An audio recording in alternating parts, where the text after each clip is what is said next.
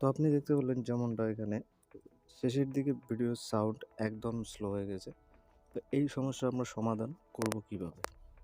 তো এই সমস্যার সমাধান বা এই প্রবলেমের সলভ করার জন্য এখানে আপনি সেটিং আইকন দেখতে পাচ্ছেন, এখানে ক্লিক করতে হবে।